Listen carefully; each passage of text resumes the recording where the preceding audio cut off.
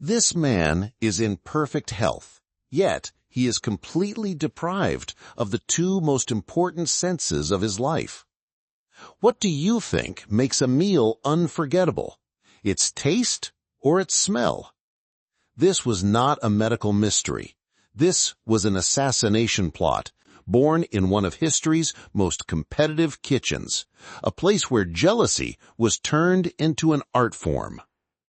In the heart of Paris, on a cobblestone street, in the chic and historic Le Marais district, there was a temple hidden behind a modest slate-gray facade. L'Alchimiste, the alchemist. It was much more than a restaurant. It was a laboratory where the most audacious experiments of modern gastronomy were conducted. A studio where the rarest ingredients were transformed into works of art. And above all, a kingdom ruled by the genius and tyranny of one man, Chef Julian Vance.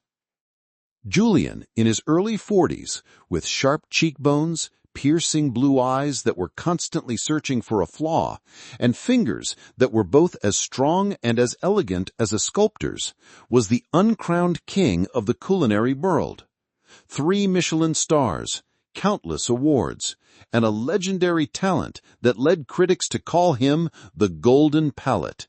Julian Vance perceived what ordinary people knew as taste in the way a musician hears notes or a mathematician sees equations. For him, every bite was a symphony to be deconstructed layer by layer. That evening, in the velvety silence of the restaurant, in that theater where every table was a stage, Julian was reigning over his kingdom as usual. In the kitchen, a silent army of chefs in white jackets moved with absolute precision, awaiting his slightest hand gesture, his faintest frown. In the dining room, the wealthiest and most powerful people in the world were paying a fortune to taste the next miracle he would create. That night, an arrogant banker who considered himself a connoisseur dared to test Julian. Handing a silver spoon containing a complex sauce to the waiter, he said with a conceited smile, "Ask the chef what the secret is in this sauce." When Julian was summoned from the kitchen, there was not the slightest sign of annoyance on his face. He walked into the dining room, came to the table, and took the offered spoon. He closed his eyes. As he brought the spoon to his mouth, time seemed to stand still for a moment. All the whispers in the dining room ceased. A moment later, Julian pulled the spoon from his mouth and opened his eyes. His gaze locked directly onto the banker's. "There is no secret, monsieur," he said, his voice both soft and sharp as tempered steel. "There is only science. Saffron from Kashmir, from the autumn harvest, because the spring saffron lacks that faint bitter note. Butter from the Isigny-Saint-Mer region of Normandy, still carrying the salty iodine scent of the pastures where the cow grazed. A drop of star anise oil, but distilled from anise that was toasted for precisely 45 seconds. No more, or that licorice flavor would dominate. And, yes, the final touch. Pink salt from the Maras salt mines of Peru, because that salt, unlike others, does not dissolve on the tongue. It bursts." The smile on the banker's face froze. After a moment of silence in the dining room, a round of applause, mixed with respect, broke out. Julian gave a slight bow and returned to his kitchen. For him, this was an ordinary night. He was a god, and this was his temple. What he did not know was that even gods can be sacrificed. The next morning, Julian awoke to the pale light illuminating the gray sky over Paris. He began his ritual, as he did every morning. He ground the coffee beans, specially sourced from a single farm in the Sierra Nevada mountains of Colombia, in a Japanese hand grinder to the perfect consistency. He heated the water with laboratory precision to 93 degrees Celsius, and he brewed the coffee in a Japanese ceramic V60 dripper, with slow, circular motions. For him, This was a meditation, the first symphony of the day, that sacred moment when the notes, the aroma, mingled with the air. He inhaled the steam rising from his cup. Nothing. Just warm, humid air. The rich, earthy, chocolatey, fruity scent of the coffee, it was gone. For a moment, he blamed it on last night's fatigue or the beginning of a cold. But there was not the slightest stuffiness in his nose. Feeling a cold shiver of panic course through his veins, he took a sip from the cup. Nothing. Just a bitter, hot water. No sweetness, no acidity, none of that light, bitter taste he loved. Nothing. His tongue felt like a foreign organ, a numb piece of flesh. He put the cup down on the table, and the sound of the porcelain hitting the marble echoed like a scream in his silent apartment. Panic was no longer a shiver, it was a fireball engulfing his entire body. He ran to his kitchen. He opened the refrigerator, grabbed a lemon, cut it in half, and squeezed it onto his tongue. The sharp acidity that should have made him wince, made his eyes water. It was just a cold, wet sensation. He grabbed a handful of fresh basil leaves, crushed them between his fingers, waiting for that heavenly scent to fill his nostrils. There was only a green stain on his fingers and a faint smell of grass.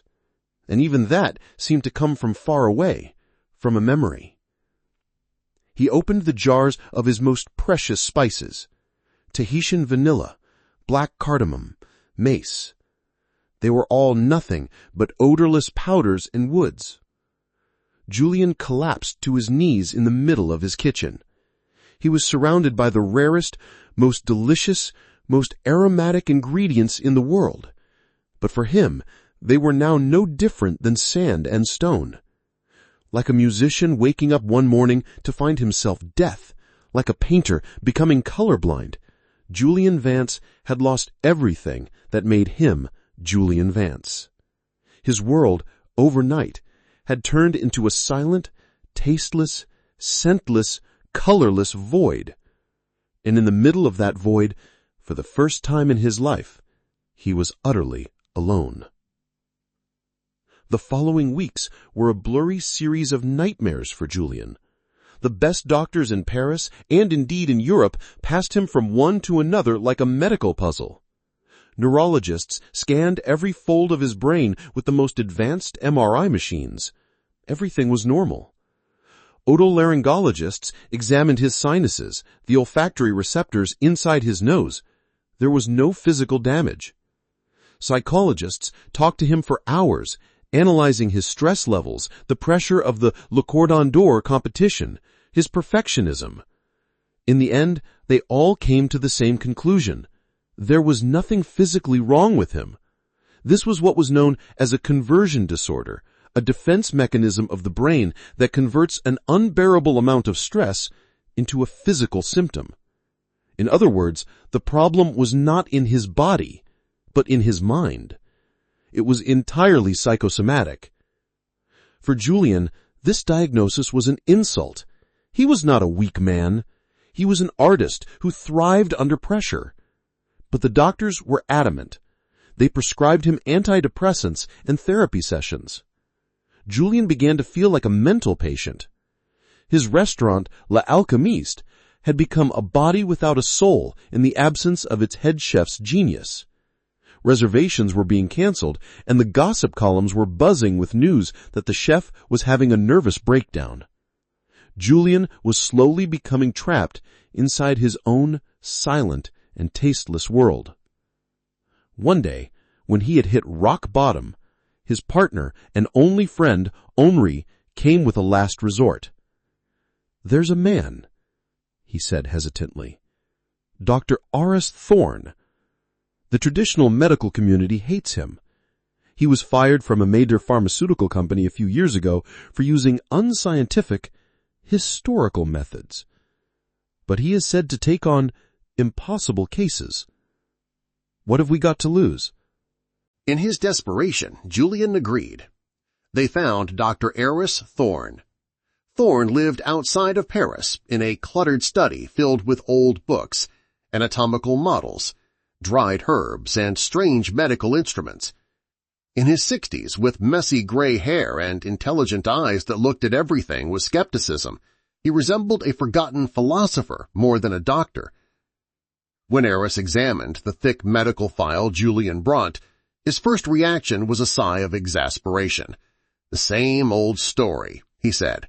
"Modern medicine slaps the label psychosomatic on everything it cannot understand. It is the polite way of saying, 'I don't know.'" Instead of running more tests, Eris had Julian talk for hours about his life. Not about his food, about his rivals, his enemies, the jealousies, the ambitions, the dark and ruthless competition that lay beneath the shiny surface of the gastronomy world.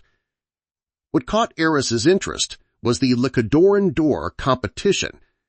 It was not just a cooking contest, but an arena where egos, fortunes, and careers clashed. As a medical historian, Eris began to think about similar professional rivalries in history, and one of the most competitive, most ruthless, and most spectacular places in history came to his mind, the kitchens of the Palace of Versailles under Louis XIV. For days, for weeks, he buried himself in the archives of the National Library. He studied menus from the 17th century, kitchen inventories, letters describing court gossip. And finally, he found it, in a dusty, unnoticed journal of one of the king's private physicians. In his journal, the physician wrote about a strange ailment that had befallen several talented chefs competing to become the head chef at the palace.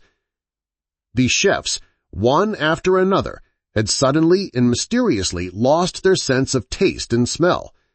There were no other symptoms, just the extinguishing of that divine spark that makes an artist an artist.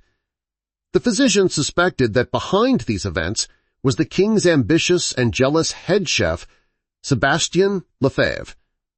The journal stated that Lefebvre was a secret botanist and experimented with rare plants. The physician theorized that Lefebvre had combined the pollen of a flower known as the ghost orchid, which grew only in the deepest forests of Madagascar, with a neurotoxin from an Amazonian frog that worked differently from all known poisons. This compound, without harming the rest of the body, permanently destroyed the neural pathways responsible for taste and smell. The physician had named this weapon le poison de l'âme, the poison of the soul. However, the physician could never prove his theory, and Lefebvre remained the sole ruler of the kitchens of Versailles. This story, over time, turned into a legend and was forgotten. When Eris Thorne closed the journal, his hands were trembling. Julian Vance's condition was not psychosomatic. Julian was the modern victim of one of the most sophisticated, most diabolical assassination plots in history. Someone had resurrected a ghost born in Versailles 300 years ago. Now, Eris not only had a theory, but a hypothesis, but he had to prove it. The physician's journal mentioned that Lefebvre grew his rare ghost orchids in a hidden, forgotten section of the gardens of Versailles in one of the old greenhouses. After an incredible bureaucratic struggle, Eris obtained special permission to take soil and plant samples from that abandoned greenhouse. The results came back, confirming his theory. The soil still contained traces of the unique alkaloids of that specific orchid species, dormant for centuries. Now, one half of the proof was complete. The other half remained, to find the modern criminal who possessed this historical and biochemical knowledge and was ruthless and motivated enough to use it against Julian. Eris and a now hopeful Julian put the other finalists of the Le Cordon d'Or under a microscope, and finally all arrows pointed to one person, a quiet, unassuming, almost invisible but incredibly talented chef named Jean-Pierre Dubois. Dubois was not just a chef, he was also a brilliant biochemist. And most importantly, a brief search of his family tree revealed a shocking truth. Jean-Pierre Dubois was a direct descendant of one of the rival chefs whose career had been destroyed by Sébastien Lefebvre 300 years ago. This was not a competition, it was a blood feud that had spanned generations. Dubois had waited patiently to reclaim his family's stolen honor, using the weapon of his ancestors' nemesis. But they did not have enough evidence to go to the police. The confrontation had to take place at the glamorous finale of the Le Cordon d'Or. Julien decided to compete. He could not taste or smell, but he would cook with his years of muscle memory, his perfect technique, and the library of flavors recorded in his brain. It was like a tightrope walker crossing a rope blindfolded. At the most exciting moment of the finale, Arras confronted Dubois backstage. He showed him the soil analysis from Versailles, the physician's journal, and Dubois' family tree. "Did you know the story of Lefebvre, Jean-Pierre?" asked Arras calmly. "Or is this an incredible coincidence?" At the same time, at Julien's request, an anonymous tip was delivered to the competition jury. The tip requested that some of the special oils used by Dubois be tested for a rare neurotoxin. When Dubois saw the evidence in Arras's hands and the jury heading towards his kitchen, his calm and humble mask fell away. On his face appeared the same jealous and ambitious expression as that of his ancestor 300 years ago. And he confessed everything. That he was competing not to win, but to destroy Julien, because his family's honor could be restored not by being the best, but by eliminating the best. Dubois was arrested that night. Julien did not win the competition, but he didn't even care. He had won his life back. Arras, now knowing the structure of the poison, believed that an antidote, though slow, was possible. The arrogant king had been dethroned, but had turned into a wiser man. He had learned that talent was not just in the nose and the tongue, but in memory, technique, and soul. In the final scene, Arras Thorne is sitting in his chair in his study, looking at the old journal from the 17th century. He slowly closes the book. The ghost of the Versailles kitchen, after 300 years, had finally been exposed and brought to justice. Jealousy, it seemed, could gather dust over time, but it clearly never decayed. Sometimes recipes from the darkest kitchens of history can be more dangerous than the most modern crimes. For more stories like this, which blend the whispers of the past with the echoes of today, don't forget to subscribe to Parallel Storylines. See you in the next case file.